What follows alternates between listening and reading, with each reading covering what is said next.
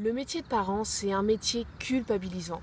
On pense toujours qu'on pourrait faire mieux, qu'on fait moins bien que les autres, on se dévalorise. Sauf que la culpabilité, elle n'apporte vraiment rien, ni à nous, parce que c'est un sentiment vraiment désagréable, ni à notre enfant. Ça n'apporte vraiment rien de positif. Alors, je dis surtout pas qu'il faut culpabiliser de culpabiliser, attention. Par contre, ce qui est important, c'est d'oser avouer, et s'avouer à soi-même surtout, qu'on n'est pas des parents parfaits. Avouer que oui, parfois, on s'énerve contre notre enfant. Oui, parfois, on agit mal.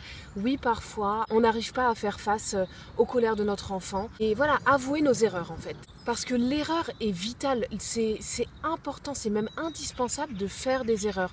C'est comme ça qu'on apprend. Comment on peut savoir comment gérer les pleurs d'un bébé de 6 mois qui n'arrive pas à s'arrêter de pleurer quand on n'a jamais essayé avant? Comment est-on aussi censé savoir comment gérer un enfant de 2 ans qui ne mange pas pendant une semaine alors qu'on n'a jamais essayé avant?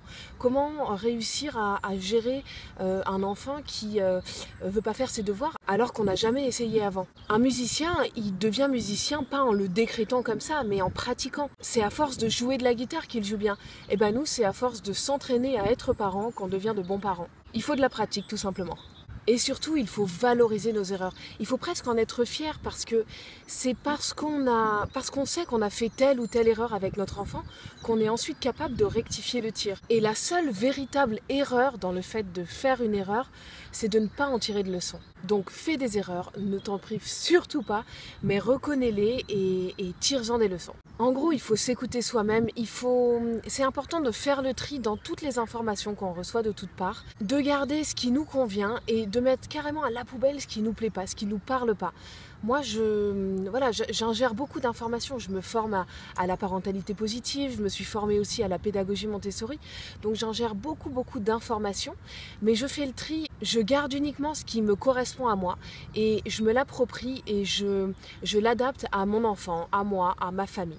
Et puis souvent, il y a un amalgame qui est fait quand on dit qu'on est pour la parentalité positive, qu'on l'applique dans notre famille. Ça ne veut pas dire qu'on cherche à être un parent parfait. Le but, c'est vraiment pas la perfection.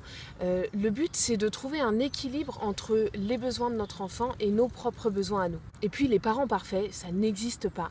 Les psychologues sont les premiers à dire qu'un enfant qui dit de ses parents qui sont parfaits, c'est qu'il y a un truc de louche quand même. Je publie des vidéos toutes les semaines sur la parentalité positive et comme on n'est pas des parents parfaits et que ça nous arrive de nous énerver, et oui, contre notre enfant, peut-être que cette vidéo peut t'intéresser sur YouTube et ici sur Facebook, c'est comment réagir quand on s'est énervé contre notre enfant. À bientôt!